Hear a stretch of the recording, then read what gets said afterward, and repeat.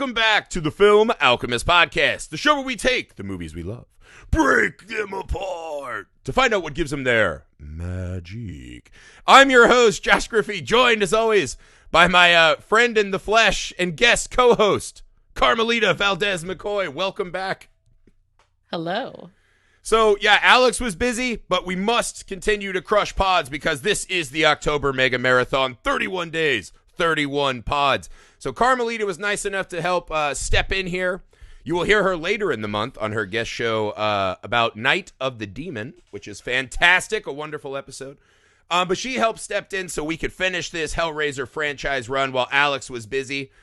Again, I'm sorry that I gave you these three. But I'll say this. I had not seen the two post Doug Bradley Hellraisers before. I'd kind of actively avoided them. I was like, there's nothing in there for me. I felt like, I will say, I like them both so much more than I was anticipating.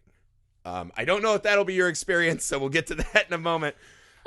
Guys, a quick bit of business. Please go to our Patreon, patreon.com/filmalchemistpod. The best way to support the show and the only way to make sure you get every one of the 31 episodes for the October Mega Marathon this year. We have some great stuff over there. We got a big library of exclusives. Great people over there, all kinds of fun stuff. We work really hard to make that worth your guys' time. So thank you so much for doing that in advance. For those of you who already do, you know we love you. You know we love you. The YouTube channel, Film Alchemist, make sure you subscribe there. You can email us, filmalchemistpod@gmail.com. We're on all the socials you're on, so hit us up. Make sure you share everything you can about the October Mega Marathon. We want all the people coming into this puzzle box. Also, something easy you can do to help us out. Leave those 5-star ratings and reviews wherever you find the show. All right. Enough of that business. We're here for horror movies. Horror movies. Which this is definitely a horror movie as well. It is, yeah. So quite this a bit of is the return of Hellraiser. Sadly, we have returned without Doug Bradley as our iconic Pinhead. So new Pinhead. I would argue that while we have a new Pinhead, we kind of have the, it's almost a Cliff Notes greatest hits album of Hellraiser. So today we're doing Hellraiser Revelations. This is not one of the greater entries of the franchise, right? No. I will say I do still like this better than Hellseeker. That will constantly be the bottom of my rankings, which is sad because we got Kirsty back. Has a good ending, but the rest of the movie was such slop, I couldn't really put it higher than this one. So what I'll say is that this has all of the trappings of a not good low-budget movie. It's a little clunky. It's not exceptionally beautifully shot. Our new Pinhead, well, I think proficient in his acting, kind of looks like Eric Cartman in cosplay. It just didn't look right to the eye. He was very, baby-faced almost. Very cherub face, right? Like, yes. Big face features. And the eyes just were There's something a little off to me. Agreed. He's a little too smooth. Yeah, you know what I mean? I don't believe him. And that he's a guy who's seen a lot of pain and tortures. But I actually think this movie, they made a good choice for a low-budget movie. They took it back to the very basics. So at this point in the franchise, Hellraiser is probably the one franchise that's done every kind of the joke version, right? They did the internet sequel. They did the space and time period in one movie. They've done the detectives. They've done everything at this point, right? Any kind of Hellraiser franchise, they got it. And so I don't think this movie was doing a lot of we're going to do new ideas. They kind of went back to the basics of what this box is. They brought us back to a Pinhead who is a neutral arbiter of people pushing the boundaries, right? They also gave us a couple new scenes that I think did add to the mythology in a fun way. So I do think this was a much better entry to the franchise than I had expected coming in. So Carmelita, why don't you open us up with your initial thoughts on Revelations? So this was a first-time watch. Much like yourself. Yes. I was going into this being like, I don't know, man. Yeah. We don't have Doug Bradley. Yep. Like, how is this going to be? And maybe those very low expectations helped me. I think the low expectations are a springboard to enjoyment for a lot of movies. I agree with you. Yes. Because this was not unwatchable. This was actually pretty watchable. I agree. And, I didn't look to see what the budget was, but I mean, it's pretty clear it's on the low end. You don't have to do a lot of detective work, yeah. Right. But because of the settings and because of the intimate story it's telling, centering around these two families and their like interpersonal connections, you can get away. Too interpersonal at times. Yeah. Distressingly so. Yeah. I think that low budget, like you can get away with it. Yeah. And it does have this raw, grimy feeling to it, which works. There's some interesting things they're doing here. Yeah. And I think too, like this, I was pleased that the tone of this was serious. Yes. Because a lot of times when you get this deep into a franchise, things go very comedic. They haven't had the comedic sequel yet, which I don't think Hellraiser is ripe for. So I agree with you on that too. And I'm happy about that because also happy. I like the serious tone. Yeah. I appreciate that. So I actually, like, I don't know how often I would revisit this, if I'm being honest, but I'm not sorry that I watched it. Yeah, I mean, I think I'll it's going to be interesting to talk about. Yeah, that's a good way to put it. I don't know that I will ever willingly watch this movie again. I could imagine a world where I'm a little older and I'm like, you know what? I do want to run through it one more time, right? I do that every year. Right. I try to pick like a franchise or two that it's been a long time and things get a little fuzzy or like I want to run through again, right? So I wouldn't dread this one. I wouldn't willingly go out of my way to not watch it again. Exactly. I did almost call you and cancel this show in all of October.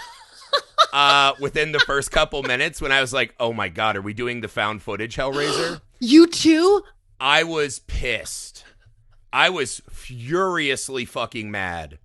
I probably hate found footage more than almost anyone you know, right? Like there are certainly awesome found, like I think Paranormal Activity does a great job.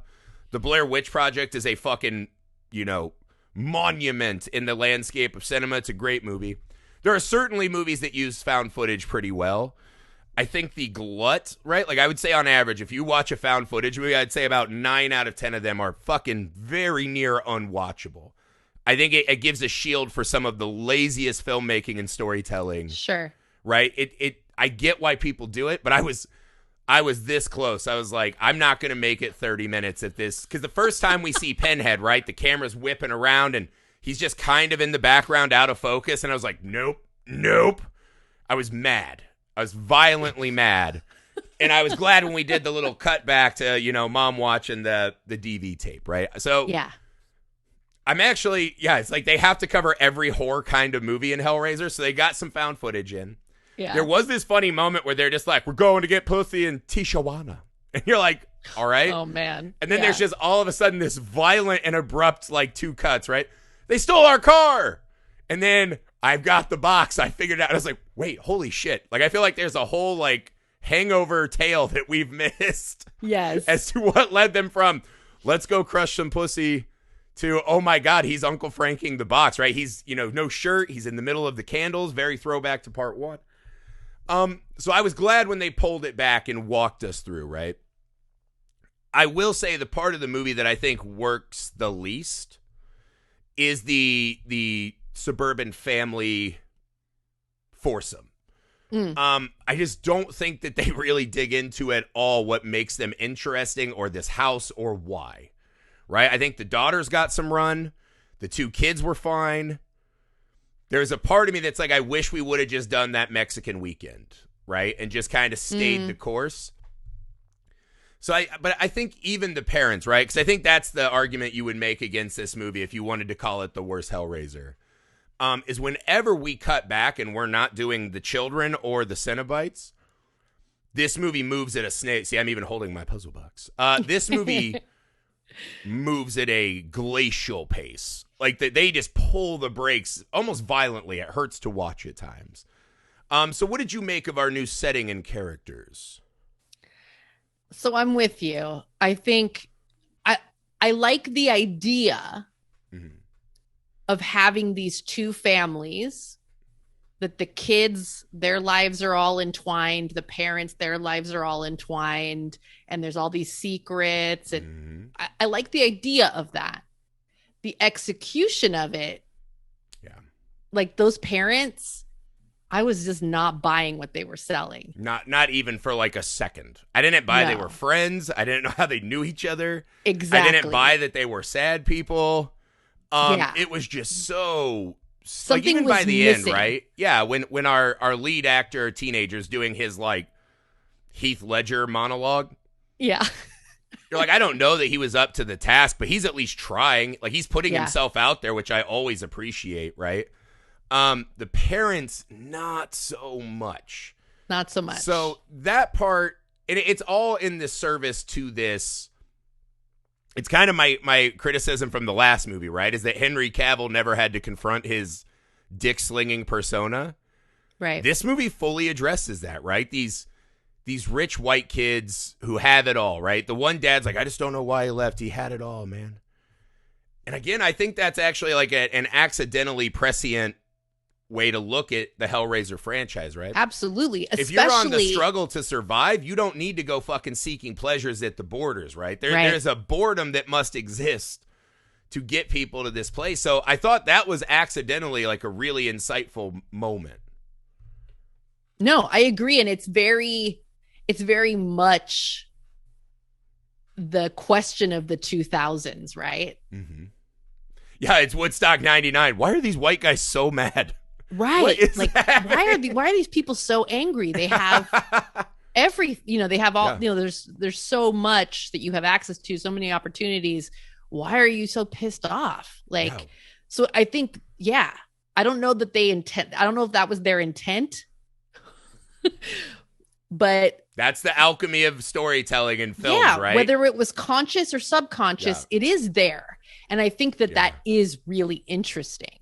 Yeah, you are just putting all these pieces together, and hopefully we find that flavor somewhere, right? So we joked last movie about us doing more work than the movie. Yeah. That's the whole point of enjoying art, right? Is you got to put a lot of that in there.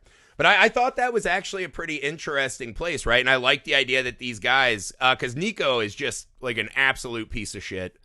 He's got this real racist, like, I run the world kind of thing, which works really well in this movie, right? He's actually a pretty good monster in this movie.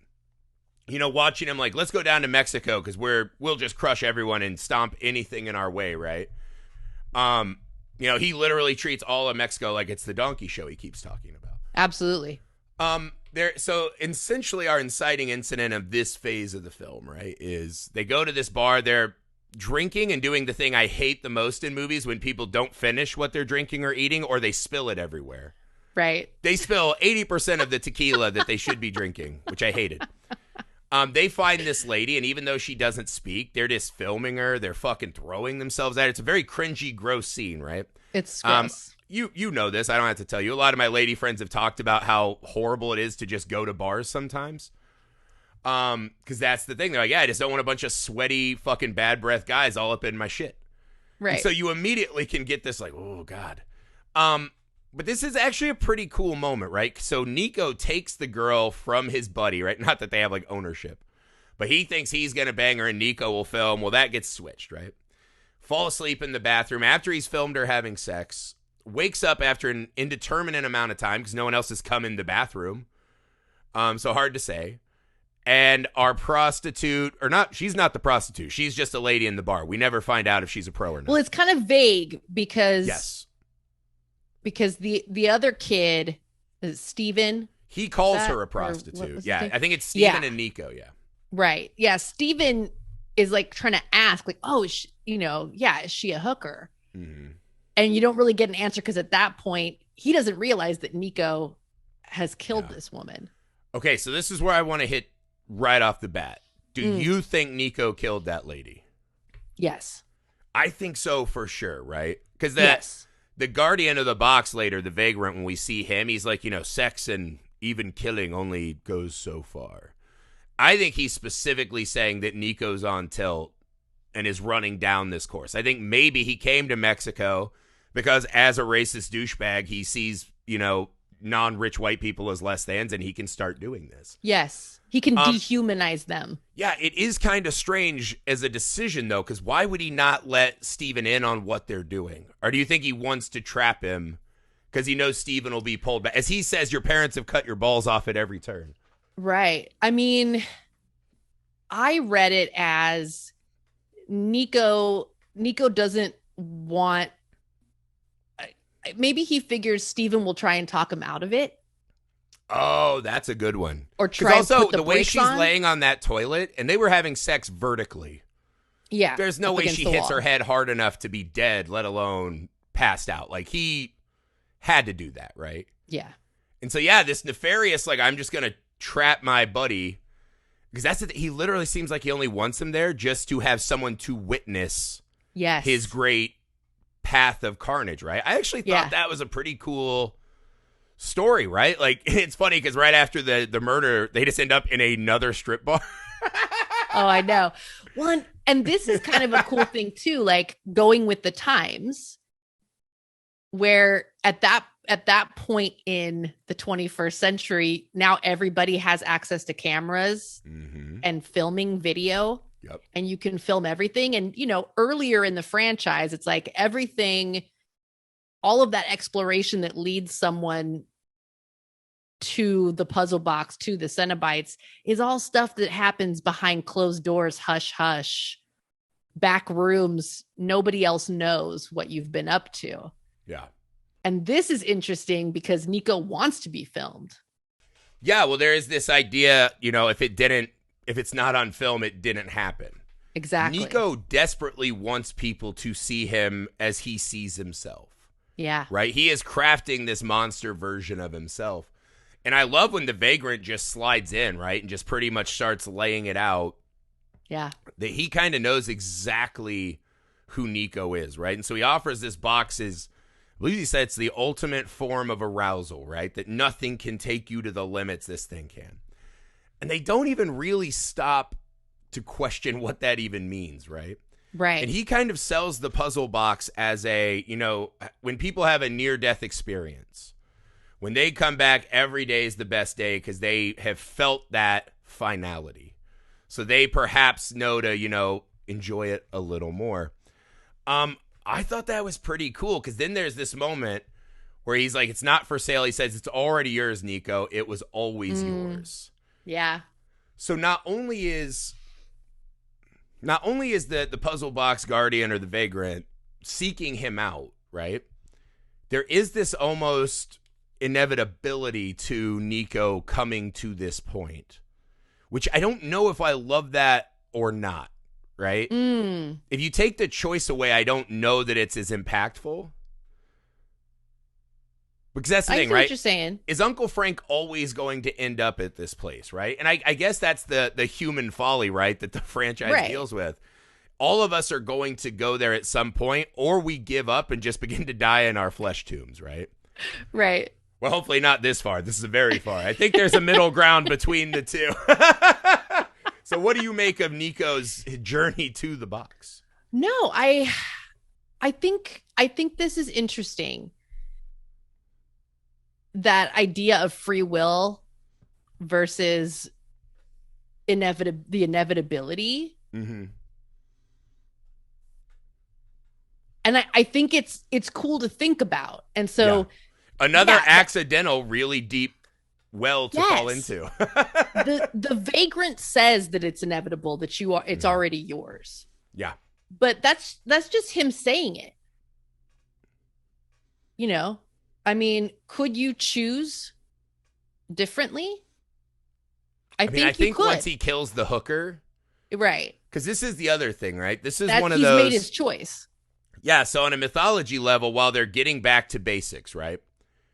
Nico does not seek this box out. The box finds him. Now, we've seen in a lot of the other Hellraiser movies that when you are of a specific kind of journey, that this puzzle box and the Guardian will seek you out and find you. Yeah. So again, we're getting back to the kind of myth, like he doesn't initially seek it out. It's finding him. But then he takes that moment to not be, hey, we should go back home, man. We committed a murder. This is fucked up. Right. He says, I'm going to double down on everything I've done. So it is while it comes to him, he is still the seeker. He still has to make the choice. And I think even though the Vagrant says it's inevitable, I think that's just because once you unchain yourself to this level where the box is finding you, I feel like you've already made enough choices, right? Yes. You've made the choices. Not been a piece of shit. You're too far down the path now. Yeah, he could have just been a normal fucking philanderer, right? Sure. But he has gone too far now. And so I think that there is somewhat of a choice in there still. But yeah, this inevitability that this movie dabbles with, I found it actually more interesting than I originally just said, right? Because it inherently will not be as interesting if a character's not making a choice. Sure. But to your point, Nico has made 100 choices to get to this moment, right? Choices we've all faced, right? How far do you push anything? So I think there is something cool in that, right? And again, then we jump back to the house for what feels like a long stretch of movie, and a movie that's probably an hour and 25 minutes long.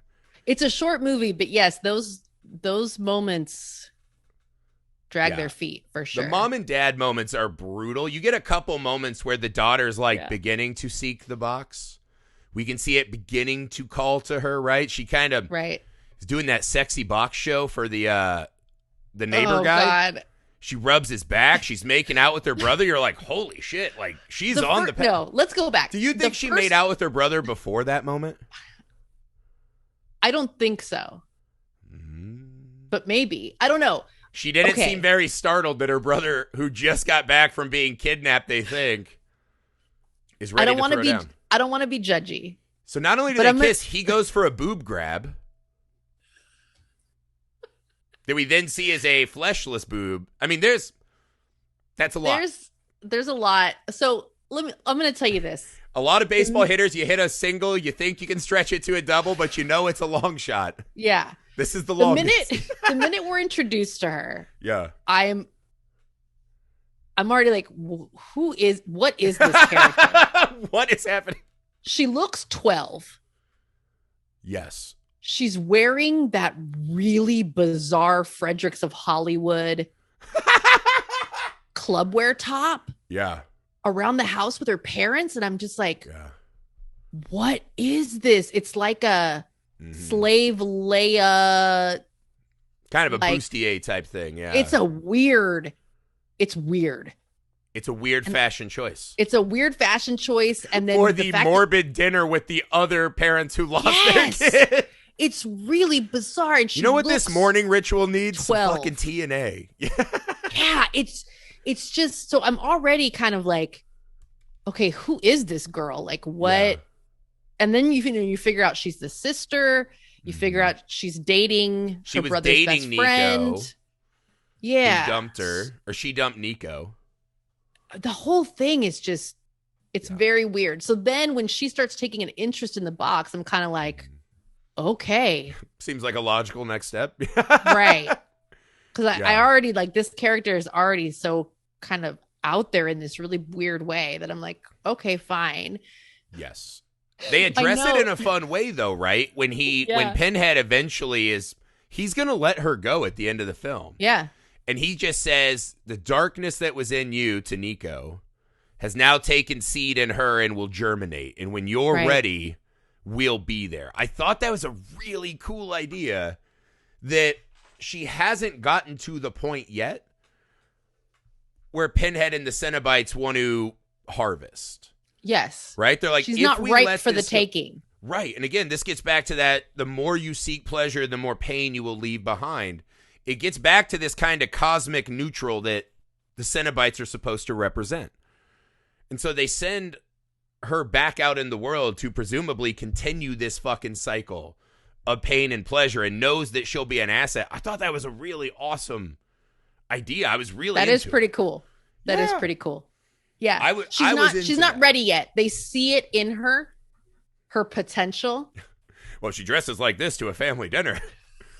She could really work her way up the ladder here at Cenobites Inc. And it sounds so judgy, and I'm not trying to be judgy. Yeah. But, like, it's a weird choice. It's just I had fashion faux pas, like dressing a little more sexualized. Slutty is the word we used to say. That wasn't really a thing for boys, but I would do like bucket hats. I had like the puka shell necklace. I used to do this thing where I had these like little, there's some kind of like nut or like little brown balls, but I would wear them on my both wrist and both ankles, like I was in fucking Street Fighter. Yeah, yeah. So like I was pushing it. I used to wear legit dog chains, like like chains that had belonged to a dog. Oh, like you went to PetSmart to get them. No, even better. I was working at a portrait studio, and they had like this like pet week, and people brought their pets in to have pet portraits. Nice. And like someone left their dog's chain there, and then I just wore it every day after that. Did you put like a name tag for you with like a phone number? No, on it? I didn't. You should have committed all the way to the bit. But you know, so I get did our weird things to like expression. You desperately want to be an individual, right? She's kind of going through the early teen version of what Nico's going through. Yes. Where you're like, I want to do anything that makes me different to anyone else, right? And I wasn't yet in the flesh. So I was like bucket hat and necklaces and anklets and whatever. So I do get it. I do too. I do too. It was one of those where I was like, oh, what is this? Yeah. Who is this? I remember how mad everyone's parents were when Chokers came out. Oh, yeah. That was like, everyone's dad was like, what the fuck is that? Why are they wearing that? And I was like, is this activating something in you, like old neighbors? Like, why are you, what the fuck, bro? There's all the dads about were so mad. Because this one girl who rode our bus was kind of the neighborhood girl that we all like opined over. And she had one. And I'll never forget my dad and his friends just like going to town on how horrible that was. And how they wish she had not moved into our neighborhood and like ruined all of our little minds. Oh, man. And I was like, it's just a like Claire's choker, man. It's not. Yeah. No, there's something about, I mean, this is just me speculating. There's something about the drawing attention to the neck. I don't know. It does get back to this like weaponization of sex, right? The sexualization of young women is a taboo, right? I mean, not as taboo as it used to be, right? But there are these weird boundaries now that we're always butting up against.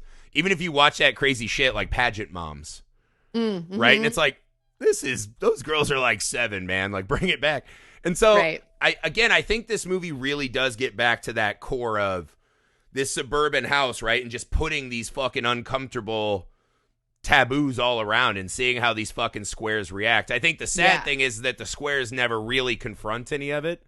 By the time they think about it, they just start getting slaughtered. Yes. But throwing a sexualized young daughter in the mix, and then even the dad says that line, well, she hadn't broken up with Nico, maybe. As if somehow her exploring relationships and this and that is the fucking final thing that killed their psychopath son. No. But again, that's another thing that works really well in the context of Hellraiser. It does, because I will give the film that, even though these people don't really, especially the adults, don't really sell the roles they're playing. Yeah. Kind of the roles themselves are very representative of the kind of things you hear. Yeah. And well, it's also this good thing, symbolic. Right? Symbolic. We talked about how the young people haven't had the revelations of aging flesh, right? When you mix that with these old fucking parents that are losing their kids, afraid of their kids becoming sexualized, meanwhile, to save their own egos are fucking each other. Right? It is kind of this nice bridge about this entire spectrum of how scared we are of sex in general, right? Like as a thought experiment, right? I don't know that I'm bold enough if my wife came home and she's like, you know what? You just haven't been around. You've been traveling for months. We've seen each other like 4 times. I had a need. I had an itch that had to be scratched. I had some meaningless sex because I just needed to, get bounced around. But I still love you. I needed that. And I went and got it. How would I react, right? Yeah. Would I be like, I'd like to think I'm pretty high-minded. Like, all right, you went and paid a pro and you still want to be with me? That's fine. But probably not, man. Are we all that high-minded, right? Probably not, And so that's, but I love that Hellraiser puts you in those ethical conundrums. Yes. Because, again, we all want to be more enlightened and not, especially now, right? Like, even with the new Pinhead, right? Now we have issues of a woman being Pinhead, a transgendered woman being Pinhead. There's a lot in our society right now that is this re-rising of fear of non-heterosexual sexuality. Mm-hmm. And even if it's heterosexual, if it's too rampant, right? Like, girls on Instagram are doing what? You know what I mean? It's there is this fear of sex that has really fucking come back in a vicious way. And in some really weird ways, like the discourse very weird you see in film Twitter around sex scenes in movies. Sex scenes. Yeah. It's wild. Yeah, I don't know. Like those are the conversations that people have, and like there's an argument to be. I mean, hey, everyone's entitled to their feelings and opinions, but it is very interesting to be coming up now. Yeah, and to think about why is that? What is it about the zeitgeist? Yeah, well, it makes me very excited that we're getting a new Hellraiser in this time, because this movie is really close to that kind of mark. Yeah, right. These people that have everything but are miserable inside begin to push it, do things that I know are harmful to others, and this is what happens. And this kind of somewhat generic tale lands in the middle of Pinhead's domain, right? Cool. I think there is this thing that people get uncomfortable because they feel inadequate sexually, right? There is this weird thing that because I have a wife and we have a monogamous sexual relationship, right? That some men feel threatened by people who are out having tons of sex. Sure. And I was like, if you're really that upset by that, why did you get married? You know what I mean? Let's say you didn't get married. Do you think you'd be out there fucking crushing 10 sexual partners a week? Is that so? There is this lack of, I think we see this a lot in society now. People have this, they are so afraid to examine their own decisions and lives at a very deep level. Sure. It's much easier to look out and say those people are the problem, which is exactly where this movie lands as we get to the funny games segment of the movie, right? This is kind of the Wish.com funny games, right? Where they're just kind of like, he's going in, right? Like, you think I want to bring a child into this world where, you guys have made a mockery. I'm miserable. Like, bring a child in and see if that makes it better, right?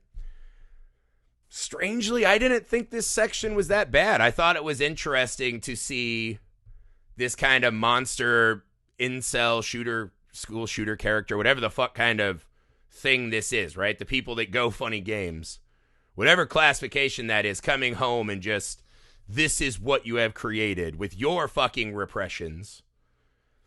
Right. Yeah. I mean, it's not high art, but it's interesting. Making them confront. Yeah. Like this. Mm-hmm. Well, I'm like, if he had a father-son like son, I'm fucking the neighbor lady. Would he be like, thanks for telling me. Now I'm not so fucking pent up and ready to go kill hookers. Probably not. Yeah, probably not, but it's still an interesting place to dabble. Sure. Yeah, I think, again, there's a lot of really interesting ideas here. Mm-hmm. I think maybe the budget. Yeah. Maybe like the execution. The budget, the cast. Like, there's some things that didn't. Falls a little short. Yeah. But the ideas are there. If this had a Hellraiser 3 budget. Yeah. Could we have gotten this to a higher level? Probably, right? Because I would say we don't have a lot of Cenobite action or Pinhead, right? We do see some of it. We do get Nico coming out of the bed a la Julia in part 2, which was cool. Mm-hmm. The Pinhead we got, though, I thought was pretty effective for this movie. Again, Pinhead himself visually was, I don't want to say appalling. That's probably a word too far. Off-putting to me. Yes. Yeah. Visually, every time he was on screen, I was like, because I thought the performance was pretty good. Well, and it wasn't his voice. Visual could not settle. Right? Didn't they have someone else's voice? Or was that the next film? Right. That's a good question. I'm not sure.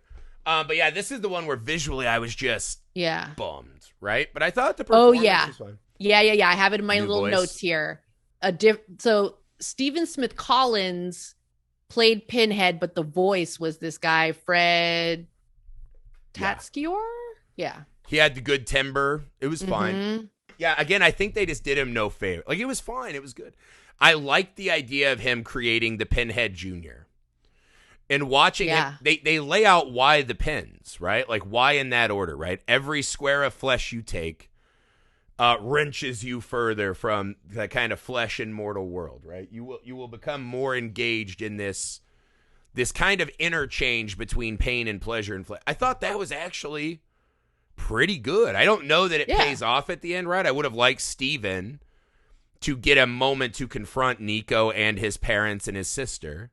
Agreed. He does kind of whisper in his mom's ear, right? Like, you know, even born of flesh, it's still flesh, blah, blah. But it's like, they could have had like a little bit more of a Hammer moment for that.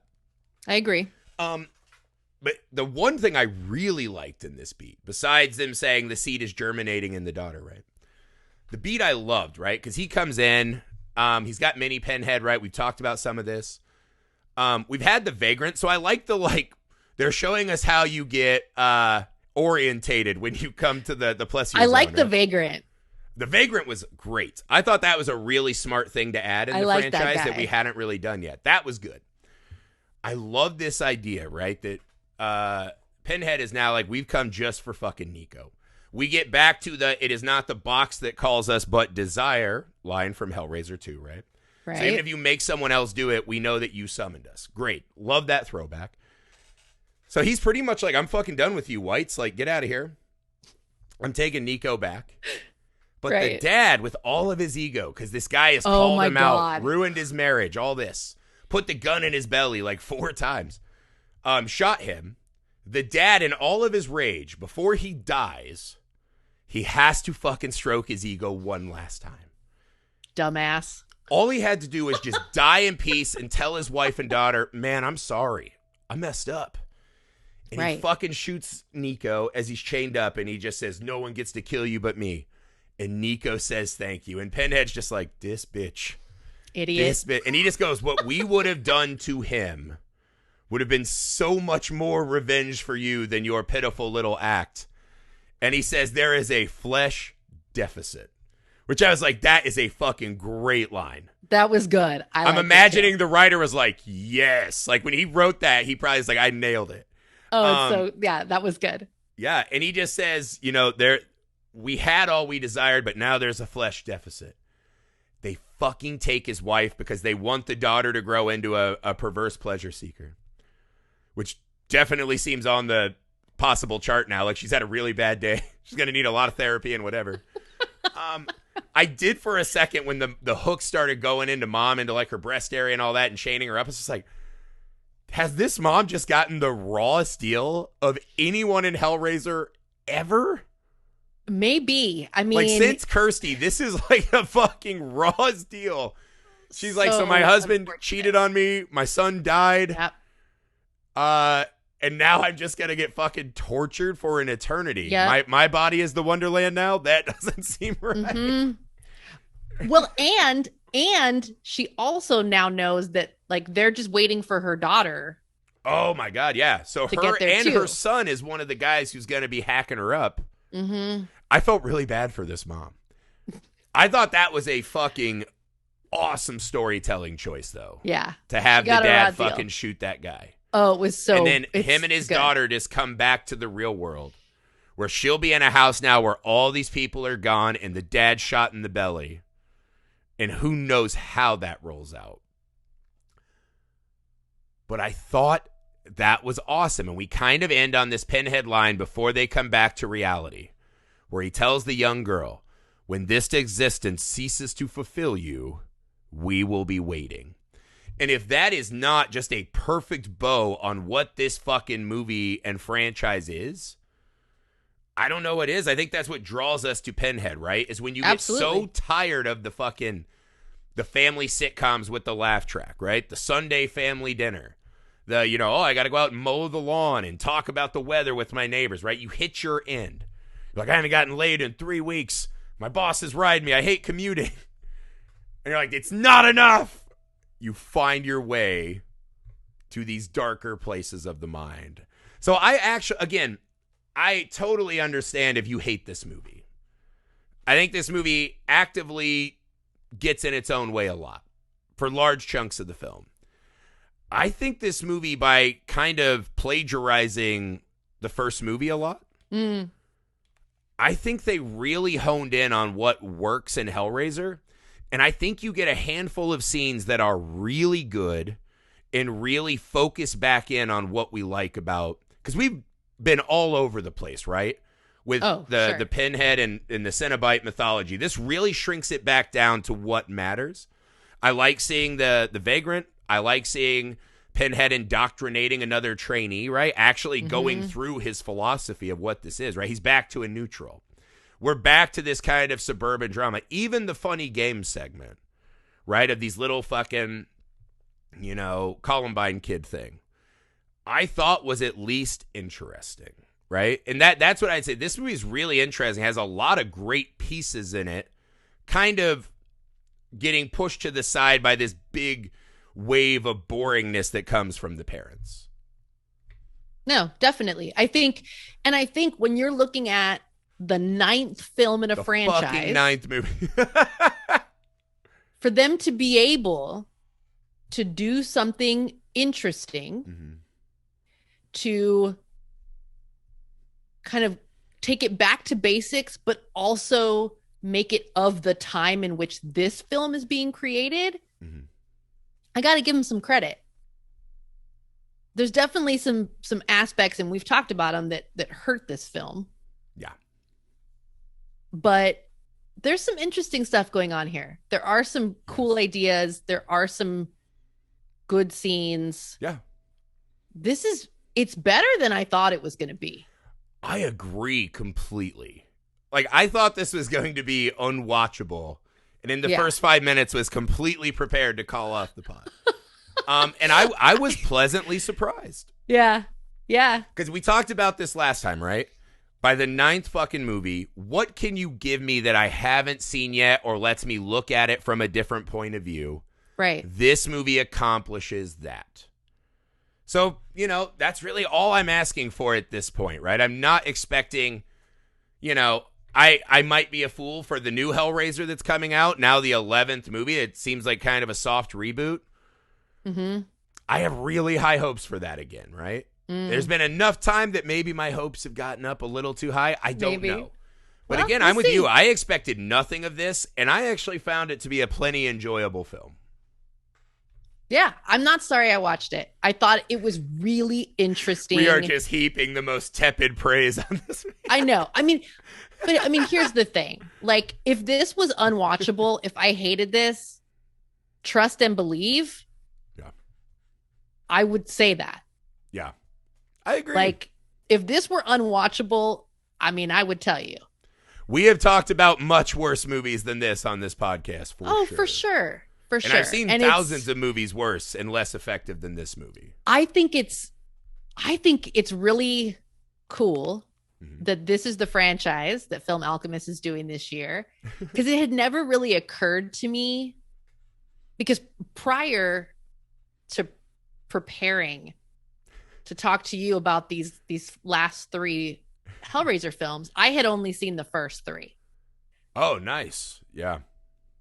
And it had never occurred to me to like go through the entire franchise. Yeah. To see how it evolves with the times. Yeah. I think because the first Hellraiser film is such a masterpiece. But it has been in watching these films, and as you and I are talking about them, like, what does Hellraiser, what place can that have in this 21st century, in the current time, with our contemporary social issues? Yeah. That's really interesting. And I definitely picked up on that as I was watching these films, like placing them in the time in which they were made, and an awareness of like what was going on at that time, and like how can you take those contemporary problems and issues and show them through the prism of a Hellraiser movie? Yeah, and it's kind of, I think Hellraiser is unique in this regard, right? Candyman also could have done it. It's just not as many films, right? You got the 3, and then the reboot definitely is, how does Candyman work in our modern day, right? Right. And it adds a lot to the film. Nightmare on Elm Street, Halloween, Friday the 13th, The Conjuring, whatever fucking franchise you want, right? Phantasm, Texas Chainsaw. Very few of them ever address the changing of the times, right? And how that would change how a killer operates, right? Like maybe Halloween Resurrection, and people hated that movie, right? So like, ew, the internet and Halloween Grow, you know what I mean? This franchise with every entry feels like it's trying to be very of its day, right? Even Scream, like once they did Scream 1, they had their formula, and even though they address what's changed in the genre, they still don't feel wildly commenting on the time. Maybe part 4 was a little more right, because they had a little window to really change, but like 2 and 3 aren't commentating on the time in a really refreshing way, right? So Hellraiser does stand alone in that, and it does create a new challenge almost every time you go out. Yeah. And so I appreciate that element of the franchise as well. That's it for Hellraiser Revelations. We're not done. We will come back tomorrow with Hellraiser Judgment and Carmelita. I will give you a spoiler alert. I think Hellraiser Judgment might be a top half Hellraiser movie. I fucking loved Hellraiser Judgment. I would never in a million years have imagined I would have said that on this podcast. I legitimately enjoyed that film. I thought it was a really fun way to kind of look at this and whole, thinking it was the last Hellraiser movie until we get our new Hellraiser movie this month. So yeah, spoiler alert, I actually liked it, and I'm really excited to talk about it with Carmelita, of course. Getting out of here, guys. Again, please go to Patreon. Make sure you get an episode every day this month. We do the work. We want you to benefit from that. Patreon.com/FilmAlchemistPod, the best way to support the show. And we have tons of fucking sites to show you over there. Email the show, filmalchemistpod@gmail.com. Hit us up on all the socials. You can subscribe to the YouTube Film Alchemist. Please leave us ratings and reviews wherever you find us. It does help out a lot. All right, we will be back tomorrow to put to rest the old Hellraiser movies before we return with our final new reboot. It's exciting when we do the franchise and the new reboot lands directly. Yes. This didn't come at the end of the month. This hits literally the Friday before we needed to drop the Hellraiser franchise. So this could not have been more perfect for us. So I'm really excited. It's fated. It was inevitable. All right, we'll be back tomorrow with Hellraiser Judgment. Bye. Bye.